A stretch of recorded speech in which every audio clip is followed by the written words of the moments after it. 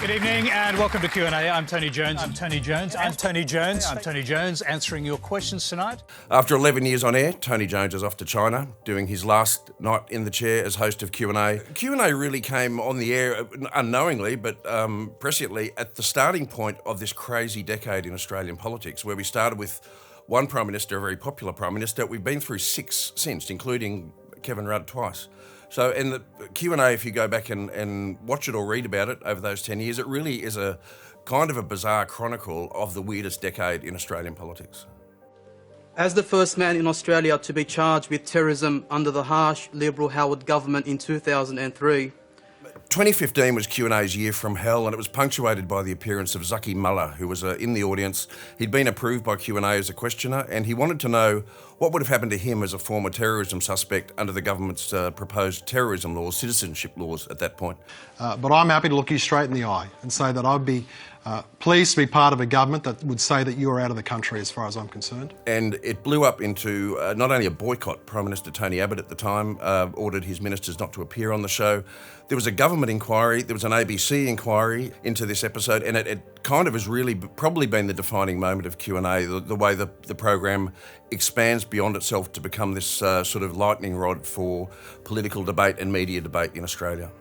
The Liberals now have just justified to many Australian Muslims in the community tonight to leave and go to Syria and join ISIS because of ministers like him. OK, I think that's a comment we're just going to rule totally out of order. I'm sorry about that.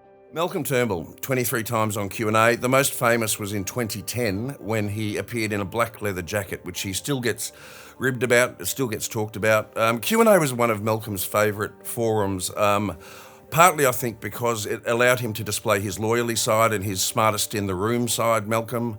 That episode was also famous for the empty chair that was supposed to hold the Labor Member of Parliament, Mark Abib. Labor power broker Mark Abib, who played a key role in putting both Kevin Rudd and Julia Gillard into the Labor leadership, was to be on our panel tonight, but the Prime Minister has ordered him not to appear. Gillard put out a statement that satisfied no one. A statement from Julia Gillard received late this afternoon says the focus of Labor's ministerial team must be on providing stable and effective government and discussing Labor's positive plan for the nation's future. Of course, it just made her look silly and the Labor Party look silly. And there was an hour of television broadcast with an empty chair next to the famous leather jacket. If Mark Abib was here, I can tell you what he'd be saying. He'd be saying it was all Anna Bligh's fault. It was the leaks in the second week that did it. They tried to shame Abib for missing the show with this empty chair, and it worked, really. It was not a good look in those early days of that marathon negotiation for minority government.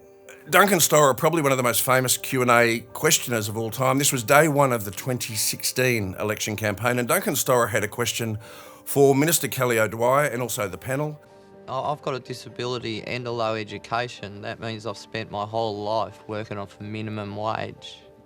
You're going to lift the tax-free threshold for rich people. If you lift my tax-free threshold, that changes my life. That means that I get to say to my little girls, Daddy's not broke this weekend, we can go to the pictures. What this did was it not only blew up because of the way he challenged the panel, but also because of what happened afterwards. The News Corp papers went after him, they investigated his background. Here's the front page of the Herald Sun on Friday, savaging an ordinary voter who got caught in the election crossfire. ABC hero, a villain. Q&A sob story star exposed as a thug as public donates $60,000. He has become a full-time anti-poverty campaigner since he became famous on Q&A. We all know Tony Abbott didn't really like Q&A or the ABC for that matter, but one of his very early appearances on the show, he was challenged by a man in the audience who was a plumber and a Vietnam veteran named Jeff Thomas. When will you, sir, overcome your fear and ignorance of gay people and give them the dignity and respect that you'd happily give to all other Australians? Jeff had a gay son, and he talked about how he was a Liberal supporter and he had overcome his own prejudice, if you like, and misunderstanding to support his gay son. And he wanted to know when Tony Abbott would overcome his own prejudice and fear, which Tony Abbott had publicly spoken about. You've said in the past you're confronted or have been confronted by homosexuality or found it confronting. Do you think if you really got to know some gay men, you might change your opinion? Yeah. I do know. I know some gay people extremely well.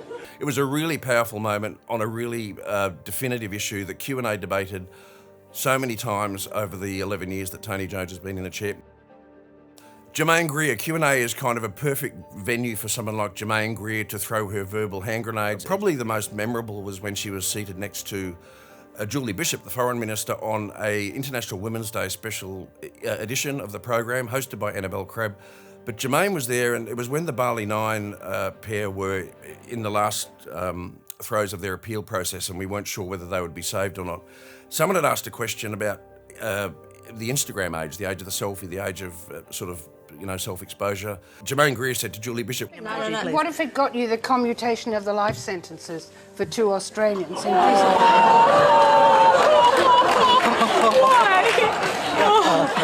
Do you think that's please don't go there, Jermaine. Please don't go there. One of the most famous moments in Q&A history came in 2012 when Simon Sheikh from Get Up was on the panel, and he literally collapsed onto the desk in the middle of the program.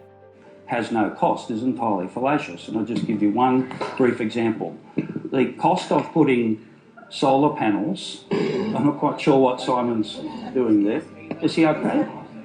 I think he's not okay. Simon is not okay. Sophie Mirabella, the Liberal MP, was also on the panel.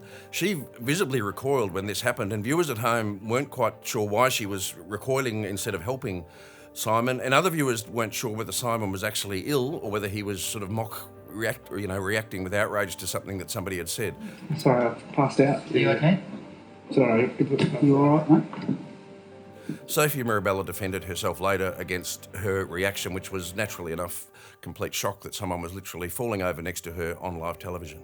Early on in the program's run in 2008, John Howard, the former Prime Minister, appeared solo, and he copped a shoe thrown at him by a member of the audience, which was one of the most famous moments in Q&A history still to this day. We're watching Q&A with the... That's Q&A special with the former Prime Minister, John Howard. Sorry, Tony, take it as a comment. Oh, no, we're not going to do that. Please. And this is for your just right someone please remove that gentleman. Okay, well, we apologise.